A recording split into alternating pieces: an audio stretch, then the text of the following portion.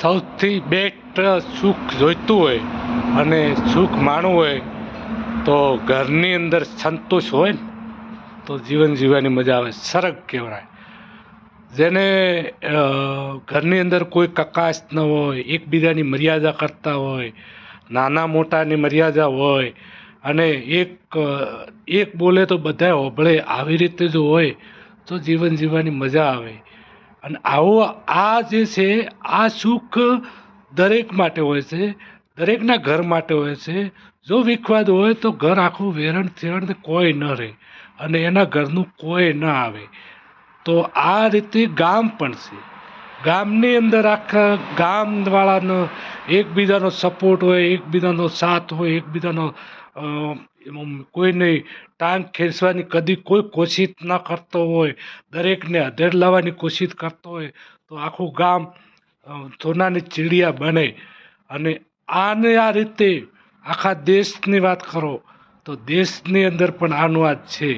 તો દેશની અંદર આપણે એકબીજાની પ્રેમ ભાવના અને આપણું ઘર છે એવી રીતે દેશને ગણ અને કોઈ નહીં નાનો નહીં મોટો દરેકને એક સાથે લેવાની કોશિશથી આપણે હેડ તો જીવન જીવવાની મજા આવે અને આગળ આવે. કોઈના ભગત થઈ અને આપણે બેસી અને કોઈને નીચો હોય એને નીચો પાડવાની કરવાની કોશિશ કરે તો આપણે કદી આગળ નહીં આવવાના, ગુલામ થવાના.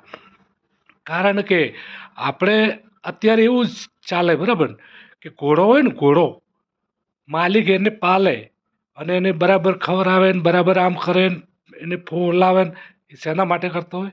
ઉપર ચડવા માટે.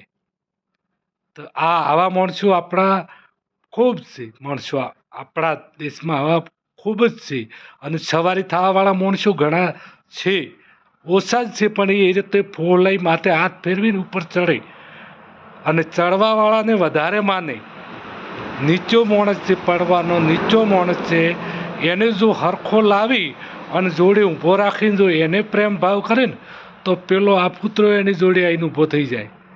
કારણ કે એ મને એમ કહે કે ભાઈ મને જોડે રાખજો ને, કારણ કે એનો મોટી ભરીનું કોઈ ના આવે. એના કારણે આપણે